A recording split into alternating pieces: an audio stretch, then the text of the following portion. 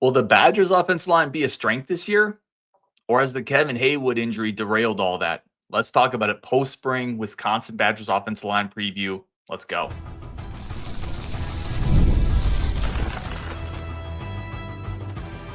You are Locked On Badgers, your daily podcast on the Wisconsin Badgers. Part of the Locked On Podcast Network, your team every day. What is going on, Badger fans? Welcome to Locked On Badgers, your team every single day, part of the Locked On Podcast Network. Appreciate you jumping on. I'm your host, Ryan Harings. Thank you for being an everydayer. Thank you for making this one of your first listens. Today's episode brought to you by FanDuel. Right now, new customers can get $200 in bonus bets if your first $5 bet wins.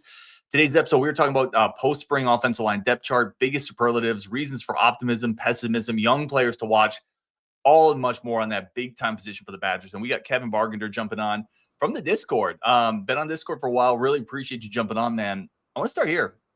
Biggest storyline for the offensive line coming out of spring. Yeah, I think, we kind of talked a little bit in the preview.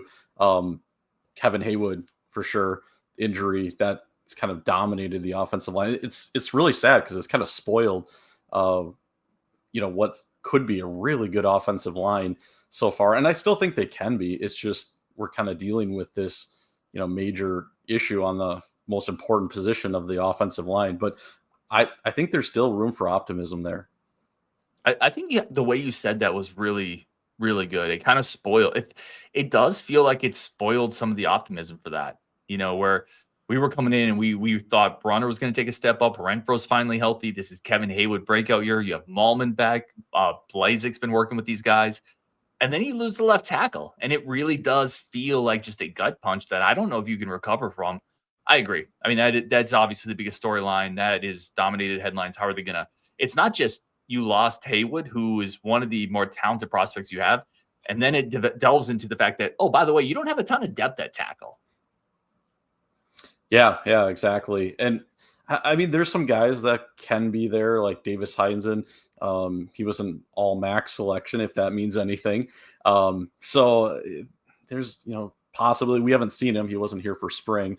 So, you're looking at guys that are on the roster for spring mostly, and no one really, I guess, stood out so far, I guess. But at least in spring, it's spring. It's hard to tell exactly if that's going to translate into fall. We've seen guys look really, really good in spring and not really show up in fall. So try not to put too much stock into the spring, even though it's fun. And it's the only thing we have to really talk about at this point of the offseason so far. But yeah, the offensive tackle position, I'm trying not to panic too much just because it's just one spot of the five. We still, and I think this team in the past has been able to replace injured players okay. So I'm trying not to completely lose faith in the season's over just because we lost one guy on the offensive line at a very important position for sure.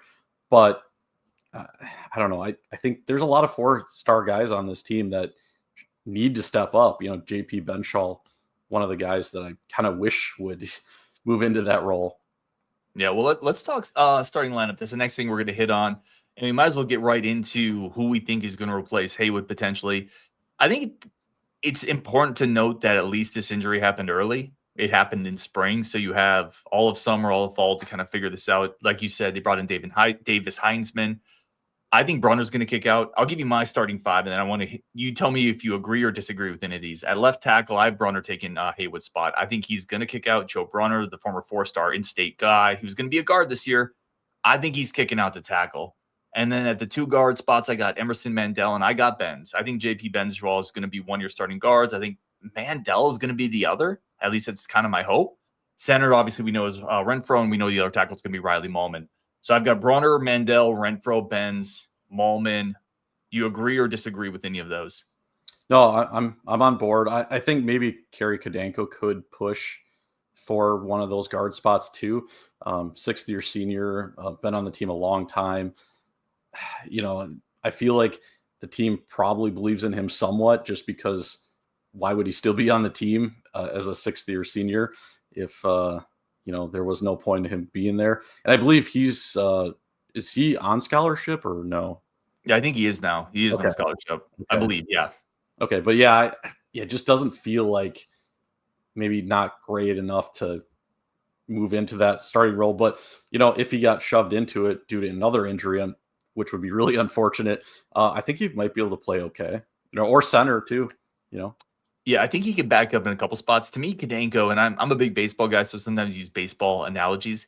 He feels, and I don't mean this disrespectfully at all, he feels kind of like a fourth or fifth starter. Like he feels like the veteran that can go out there and give you some innings. He's not going to collapse. He knows what he's supposed to do, but he just doesn't have the physical skill set of a guy like Mandel, Benz, Cubberly. Cubberly's another guy. Colin Cubberly's a guy I could see potentially getting into that guard battle. The redshirt freshman with enough size. They could be kind of a road grader. Kadenko feels like the safe guy, but maybe not the guy that has the physical tools that you really want in those spots. Yeah. I kind of completely agree with you. And I'm hoping some of those redshirt freshmen can step up into that 2 deep. And hey, we've had redshirt freshmen start in the past too. Some games in 2015 when Paul Chryst took over, it was just like a whole new era on the offensive line. And, it worked okay. It wasn't a great season necessarily, but they kind of grew over time. So that's kind of why I'm always in favor of like letting guys start at a young age or young, class, just because they can progress and get better. If they're sitting on the bench for like 3 or 4 years and then you're not letting them start until their senior year, it's definitely tough. And some guys just don't get it. But you also could do like a Bielema and have it where, you've class on class on class stacked, where you can just, the next class comes in right after the graduating class and performs just as well as the last one. So, we're definitely hoping for some depth here, but no, as far as your starters, I think that makes a lot of sense. I wanted to keep Joe Brunner at guard. I thought he was good there, but he's one of your best 5, and he really doesn't make sense to it's great to solidify the right side of the line, but he's one of your best offensive linemen. You might as well put him at one of the most important positions. Yeah, I think that's what it is. I just think he's good enough that you put him at tackle and you don't worry about tackle as much. And then you figure out guard. Like if you put Mandel at guard, you have help on both sides with Renfro and Ballman, or Renfro and Brunner, depending on where you have Mandel. I think it just makes it a little easier for those young guys. Let's transition. Last part of the segment, biggest reason for optimism. I'll start on this one and tell you where mine is, and I'll kick it over to you. I actually you have the offensive, the 2 tackle spots and the 1 center spot. I actually feel pretty good about those 3 spots, which I consider the 3 most important spots on the line. I think Renfro is going to be good this year. I obviously really like Ballman at right tackle. I think he's a potential NFL guy. And Brunner has all the physical tools that you want to be kind of a really solid left tackle this year. He's been in the program a couple years. So I like where you're at those kind of 3 key nexus spots, the 2 tackles, the center. I'm really good with that. So that's I'm going to say my biggest reason for optimism. No, yeah, I was pretty much going to say the same thing. Like having 3 returning starters on the offensive line is never a bad thing. Now, if they play the same way they did last year, I wouldn't feel as optimistic, but I really think they can take a big step forward with this new scheme. It just felt wrong with them last year, where they just didn't feel like they were, maybe they were better in pass pro, but just run blocking just didn't feel right. There was just no real continuity with it. That was really, really, really like just terrible. I thought, watching them kind of really struggle to run the ball all year last year. And, that's something they were so good at for so long that it was almost like hard to watch at times. And they had to really rely sometimes on the passing game, which wasn't effective either. So, yeah, it was, I feel like this new scheme is really something to be optimistic about. If we can just kind of get back to what we had with even Paul Chryst, with, maybe not towards the end of that era, but in the middle of it, just kind of owning the offensive line. And even if we're not as good at pass blocking, we can take a small step back with that, but take a huge leap forward with the run game. Yeah, but they need to get more physical. I agree there. I think the younger guys are the right step in that direction. I just don't know if it's going to be there this year. We're going to take one quick break for friends of the show. We're going to come back and talk about the biggest reason for concern outside of the Kevin Haywood injury. That's coming up next on Locked On Badgers. First, a quick second for our friends of the show. Quick second, as always, to say thank you for tuning in. Today's episode brought to you by our great friends over at FanDuel. FanDuel is phenomenal. The official sportsbook of the NBA, the official sportsbook of the Locked On Podcast Network. Any type of action you want to get in on, whether it's futures, parlays, teasers, spreads, it's all over there on FanDuel. NBA Finals going on, Major League Baseball's going on. It is a great platform to bet on either of those. Plus, live in-game betting keeps you the game action spiced up, even if the game gets out of control. With FanDuel, you can stay engaged, have fun with it, with that live in-game betting. Plus, the payouts are fast, they're secure, they're simple, they're easy. You get the money you're supposed to get when you're supposed to get it. Unlike, I've been on other sites where sometimes it's kind of difficult. They make you jump through hoops to collect your payouts and your winnings. FanDuel is not like that. Head over to FanDuel.com right now. They have a great offer for first-time users. Place your first $5 bet. If you win, you get $200 in bonus bets. And you're going to make every moment more with FanDuel, the official sports betting partner of the NBA and the Locked On Podcast Network. All right, let's jump back into this. Continue talking to offensive line here with Kevin. I'll just start this one out. Biggest reason for concern. We hit biggest reason for optimism. Outside of Kevin Haywood, which we talked about, what's your biggest reason for concern post-spring offensive line? Yeah, it's just hoping these guys learn the scheme and we can kind of make a nice smooth transition back to not exactly where we were under Paul Chryst, but similar stuff. We have some guys that played in that old scheme, Joe Brunner, Malman. So it's great that they'll both probably be at those tackle positions to kind of anchor that. So I think, having some guys that are familiar with what we're doing, and I think that'll be really important. And then hopefully just getting guys, the rest of them, acclimated to the new offense. And as much optimism as there is, they're still all in year one. I think that's a great point. So I wrote down something different, but I want to hit on something you just said there that I didn't really think about enough. Not only is it scheme, right? You have people on the roster like Riley Malman that were from the Paul Chryst era, then had to transition into the Longo era, that are now transitioning into the Grimes era, that also went from offensive line coach, Bicknell to Blazik. Some of these guys have been in 3 schemes with 3 or 4 offensive line coaches. Like, that's insane. That's a detriment to development. You're not going to develop your guys if you continue to switch out coaches, switch out schemes. I think it's a really good point. And it is year one. It is year one with this scheme, this system. There's going to be hiccups because of that. You're going to be better if there's continuity in any program. So I think it's a really good one. The one I wrote down is depth. I think it's kind of an obvious one, but this wasn't a really deep group anyway. Before Haywood got hurt, this was already a group that you're probably going to have to rely on some freshmen, some redshirt freshmen. And now you lost Haywood, right? So what happens if you lose a Malman? The answer is you can't. You can't lose another tackle. What happens if you lose a Renfro? I guess you would turn to Ryan Corey or Kadenko as your backup center. Depth to me is a major concern on this unit. Yeah, and this team has been so healthy the last 2 years that we haven't really had to test our depth a ton. And even overall, I would say the Badgers don't typically deal with a ton of injuries on that offensive line. So, it'll be actually almost interesting, I want to say, in a weird way, to see, like, we're testing the Badgers offensive line a little bit to see, like, how do these guys respond? How do they, do people step up? Maybe we didn't see that in spring, but maybe we see that this fall and, going into the season, maybe once we start actually playing games, really start standing out and play well. So, and maybe it's not even like we don't even think about it during the season. Hopefully, it's like, oh yeah, that's right. I forgot we had Kevin Haywood there at one point. But you're hoping some of these transfer guys and some of the young guys can kind of step up. Yeah, and that's the goal, right? To be halfway through the year and not forget about Kevin Haywood, but not make it, because if you're thinking about it every game, that means something's not working. If every game by the third quarter you're like, gosh, I wish we had Kevin Haywood, that means Brunner or whatever is on that left side is not working as well as it should. So hopefully, hopefully you don't think about it a lot this year, because that means it's kind of working. Some of those depth pieces you mentioned, Davis Heinzman coming over from Central Michigan, Leighton Nelson, who came over last year but then got hurt from Vanderbilt as a swing tackle potentially. Yeah, there's a couple pieces there that need to step up. And I would say this, there's young guys I really like on this roster. They've recruited well the last couple years. Just because we don't know those names quite yet, they're not household names, doesn't mean they won't be able to step in and play either. There's just untested depth, I think, is the concern. And that could go either way. Yeah, and we've had a lot of offensive linemen transfer too.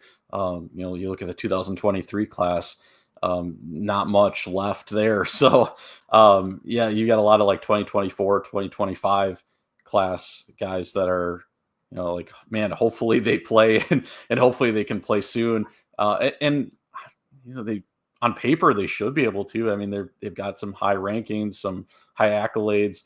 And their sizes are great. I mean, you're seeing huge guys. You're not seeing guys that are like way undersized or way underweight coming in that are like, wow, we're gonna have to put like 30, 40 pounds on you. I feel like that was more under Christ, where like there was like guys would kind of come in underweight. They're not really coming in underweight under this new regime. It's like, and if they are, our strength and conditioning program is so spectacular that they're getting them ready really quick. So it's not like, oh man, we're gonna have to wait like at least 2 years to get them even the right body type. It seems like almost after less than a year, they're kind of getting pretty close. Yeah, that's a good point. I've something I talked about as well before. I think that's something the staff has done a better job of than the previous staff. Although the previous staff recruited offensive line really well, I do like that they're bringing in bigger bodies. The staff. Give me a grade on this position. So I used to do grades for this position this year and in the future, and I just feel like with the portal and transfer stuff, it's so hard to grade for the future anymore because players leave so often. So we're just going to grade this year. I have it as a B-. I think it could be higher than that. I think that grade could grow if some of these pieces, if Brunner looks good at tackle, if Mandel or someone is able to step in at guard. I do like these returning starters, but until some of those questions are answered and until we maybe get a little bit better look at the depth on this roster, I have a hard time going like B+. So I'm going to go B- right now. I'm going to go a solid B. I thought about going C+ or B- as well. But I don't know. I just have some weird optimism with this new scheme that like the players are actually going to be ready to go and kind of understand it more, playing more downhill. I don't know. I just feel more optimism this year versus last year. I was a little bit like, well, we're returning a ton of guys, but they didn't really look that great in the 2023 scheme. And then 2024 didn't look very similar. And so with the, offensive change, I think there's got to be some optimism there where it's like there has to be improvement. It can't be much worse. And we've got great guys in that room, I think. Maybe not like first or second round guys in the draft, but pretty solid starters. And in the future, maybe we will get some of those guys in the first and second round. But for this year, yeah, I think we got a lot of solid starters. And that's all we need, really, right? I mean, we don't need, great, perfect offensive linemen. We just need guys that do their job. And I'll also add, I have quite a bit of faith in AJ Blazek. I think that's a really good coach, a good hire for the Badgers. So I do trust him to develop the talent on this roster.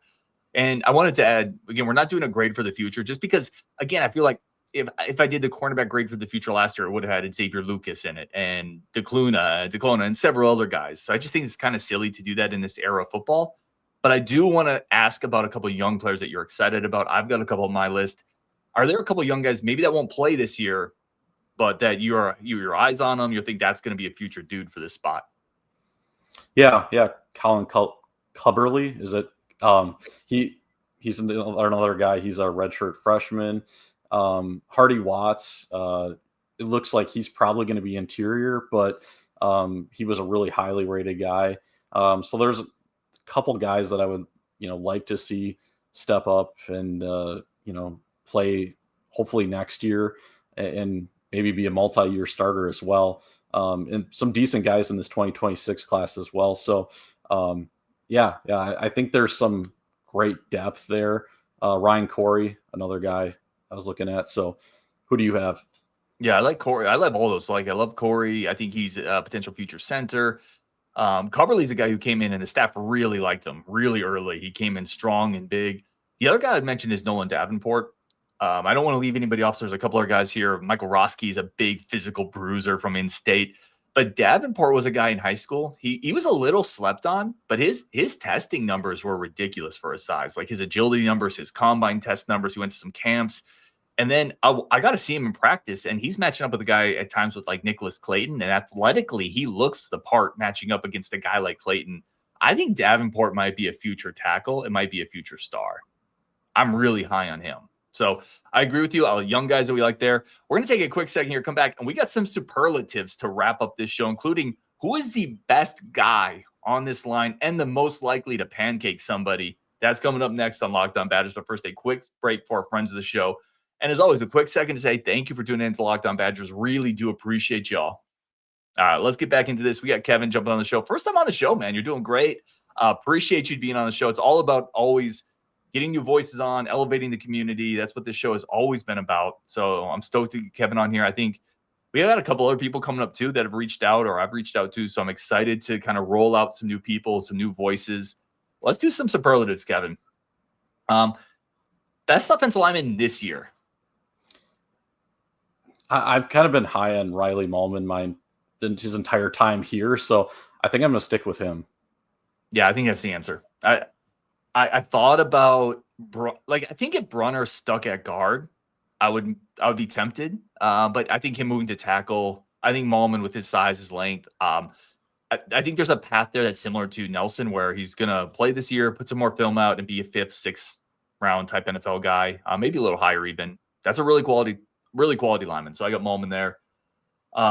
Who's the top NFL prospect on this roster?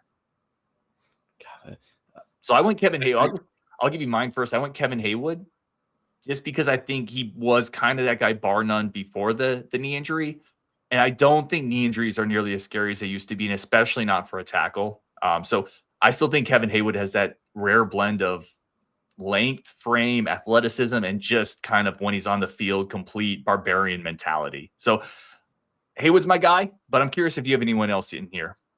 Yeah, and I was going to say Mahlman for if we're talking like the next draft. But yeah, actually, it's hard to go against Haywood if he's as good as we think he's going to be, and he comes back pretty well for this knee surgery.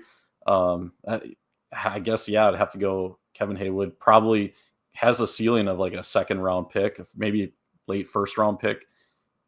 Yeah, he's a complete package potentially. Who's the unsung hero on this offensive line? I'm going to go with JP. I think he could fill a lot of different positions. Originally, he was brought in as a tackle, and they kind of kicked him into guard. And I kind of feel like he could be used in a lot of different. If he's not starting, assuming he's not starting, I guess you could say that he could fill in for quite a few different positions. Another unsung guy could be like Kerry Kadenko. We talked about him earlier too. He could fill in center or guard. So yeah, I feel decent about some of the guys that are like fringe starters, basically. Yeah, I went Kadenko on mine. I think that's a good call out. I think there's I'm trying to think of the right word. I almost said culture, but I'll use culture. I think there's a culture impact when you have a guy who's been in the program for 6 years. You know, he's paid his dues. He's still maybe not starting, but he's still there grinding. The coaches like him. I think that's the type of guy that sets the type of example for what a Badger is, what a quote unquote culture guy is. So I think in that sense, he's an unsung guy, but I also think he could play 3 spots for you potentially. I think he could play maybe either guard spot and maybe center. So he's a guy that's going to give you interior depth, but also a guy that knows every assignment, a guy who's, guys like that, and you mentioned something like this early that have been in the program 6 years. Coaches like those guys because otherwise those guys don't last 6 years. So no. I think Kadenko is my answer there. Most likely to pancake a defender into the sideline. Just because of his size, I'm going Mahlman again because he's just a massive human being. It's almost hard to believe anybody can get around him. He's just another kind of like a Jack Nelson guy. I think Jack Nelson, was he 6'9"? Oh, no, he wasn't quite that big. But yeah, I think Mahlman's about 6'8". Nelson was a little bit shorter than that. Yeah, Mahlman's got tremendous size and reach for a tackle. I'm going to say Brunner. I love Mahlman. I think Mahlman tactically is better, but just from a power standpoint, Brunner, I think, brings a little more oomph. And even though he's from a footwork standpoint, he's probably not going to be quite as clean at tackle. He doesn't quite have the reach or the length or the wingspan that Malman does. I think he's going to put some people in the dirt. I think that's kind of his game, which is why you like him at guard, by the way. You kind of want that interior power. I'm going to go Brunner there. Last superlative here. When I ask you favorite Badger offensive lineman ever, who's the first name that comes up for you? It's got to be Joe Thomas. Like, that was the heyday. That's right when I started watching the Badgers. That it was just amazing. And for him to go number 3 overall in the 2020 or the 2007 draft, that was just a really testament to, like, wow, this guy is just an absolute athletic freak. And so yeah, he's kind of always the first guy that pops into my mind, but there's so many to choose from though as well over the years. Ryan Ramczyk is a guy that from the central Wisconsin area, Stevens Point, who transferred his senior year to the Badgers and started at tackle. So he's another guy that pops into my mind just because he's a local kid. No, I love both those. I would have went Joe Thomas too, but I had a backup answer just because we don't repeat ourselves. Joe Thomas is the obvious one. Travis Frederick is a guy who came in and started as a true freshman. And I will always remember this quote, and it's a great way to end out. They were talking to Russell Wilson, who obviously came in and he was, being recruited by Bielema. Before he committed, they had to meet the offensive lineman. Like, they came out of the weight room and he met Travis Frederick and he said, I'm pretty sure he said, that's the most bear-like human being I've ever met in my life, which is just a great quote about an offensive lineman. Yeah, Frederick is my backup choice. Joe Thomas, obviously a great one as well. Another guy, just thought of Gabe Karimi too. Just played on so many great teams in the late 2000s, early 2010s.